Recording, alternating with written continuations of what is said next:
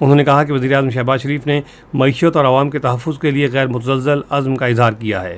ادھر ایک ٹویٹ میں مریم اورنگزیب نے کہا کہ قوم کو ملک میں تشدد کی سیاست کی مذمت کرنا ہوگی۔ انہوں نے کہا کہ سیاست کے لبادے میں قانون نافذ کرنے والے اداروں کو نشانہ بنانا قانون کی کھلم کھلا خلاف ورزی ہے اور غنڈہ گردی کے مترادف ہے۔ یہ خبریں آپ ریڈیو پاکستان سے سن رہے ہیں۔ منصوبہ بندی کے وزیر احسن اقبال نے کہا ہے کہ پاکستان انسانی اور قدرتی وسائل سے مالا مال ہے جن سے استفادہ کرنے کی ضرورت ہے۔ آج اسلام آباد میں Pakistan institute of development economics کے سالانہ جلسہ تقسیم اسناد سے خطاب کرتے ہوئے انہوں نے کہا کہ پائیڈ نے فعال افرادی قوت پیدا کی ہے جو مستقبل کے چیلنجز سے نمٹنے کی صلاحیت رکھتی ہے۔ انہوں نے کہا کہ پاکستان کو ایسے معاشی ماہرین کی ضرورت ہے جو معیشت کو ترقی دینے کا ادراک رکھتے ہوں۔ وفاقی وزیر نے ملک میں ترقی یقینی بنانے کے لیے پالیسیوں کے تسلسل کی ضرورت پر زور دیا۔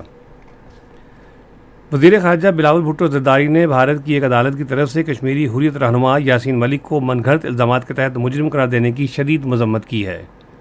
ایک بیان میں انہوں نے کہا کہ یاسین ملک بھارت کے غیر قانونی زیر قبضہ جموں و کشمیر میں حریت رہنماؤں میں سب سے ممتاز اور قابل احترام آواز ہیں اور انصاف سے ایسے مذاق کے ذریعے بھارت کے کئی اشروں سے جاری مظالم کے خلاف ان کے پختہ عزم کو متزلزل نہیں کیا جا سکتا۔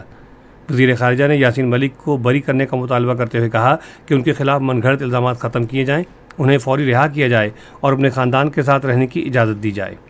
انہوں نے عالمی برادری، اقوام متحدہ اور انسانی حقوق کی تنظیموں پر زور دیا کہ وہ یاسین ملک کے خلاف اتنی بڑی ناانصافی رکوانے کے لیے بھارت پر دباؤ ڈالیں۔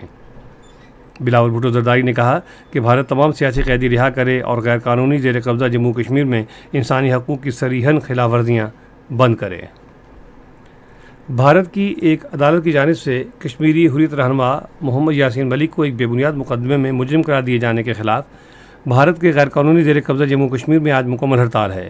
کل جماعتی حریت کانفرنس نے ہڑتال کی اپیل کی ہے، جبکہ جموں و کشمیر لبریشن فرنٹ، تاجروں اور طلبہ یونینوں، سول سوسائٹی کے ارکان سمیت دوسری حریت تنظیموں نے اس کی مکمل حمایت کی ہے۔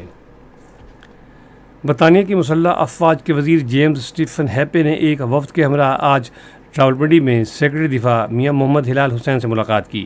انہوں نے دو طرفہ دفاعی تعاون سے متعلق امور پر تبادلہ خیال کیا اور باہمی دلچسپی کے تمام شعبوں میں مل کر کام کرنے پر اتفاق کیا۔ انہوں نے تمام سطحوں پر روابط بڑھانے پر بھی اتفاق کیا۔ اس موقع پر اظہار خیال کرتے ہوئے سیکرٹری دفاع نے کہا کہ پاکستان برطانیہ کے ساتھ دو طرفہ تعلقات کو انتہائی اہمیت دیتا ہے۔ انہوں نے کہا کہ پاکستان دنیا میں امن قائم رکھنے کے لیے پرعزم ہے اور اس نے اس حوالے سے گزشتہ 2 دہائیوں میں فعال کردار ادا کیا ہے۔ مہمان شخصیات نے امن کے لیے اقدامات اور دہشت گردی کے خلاف جنگ میں پاکستان کی کوششوں کو سراہا۔ جکارتہ میں جاری ہاکی ایشیا کپ میں آج پاکستان نے انڈونیشیا کو 0 کے مقابلے میں 13 گول سے ہرا دیا ہے۔ پاکستان کی طرف سے رضوان علی نے ہیٹرک کی، جبکہ عبد المنان، احمد اعجاز اور رانا عبدل نے 2-2 گول کیے۔ پاکستان اپنا تیسرا میچ جاپان کے خلاف جمعرات کو کھیلے گا۔ کراچی میں خواتین کے پہلے T20 کرکٹ میچ میں سری لنکا نے پاکستان کے خلاف اب سے تھوڑی دیر پہلے تک 13.3 اوورز میں 64 رنز بنائے تھے اور اس کی 5 کھلاڑی آؤٹ ہوئی تھیں۔ اس سے قبل سری لنکا نے ٹاس جیت کر بیٹنگ کرنے کا فیصلہ کیا۔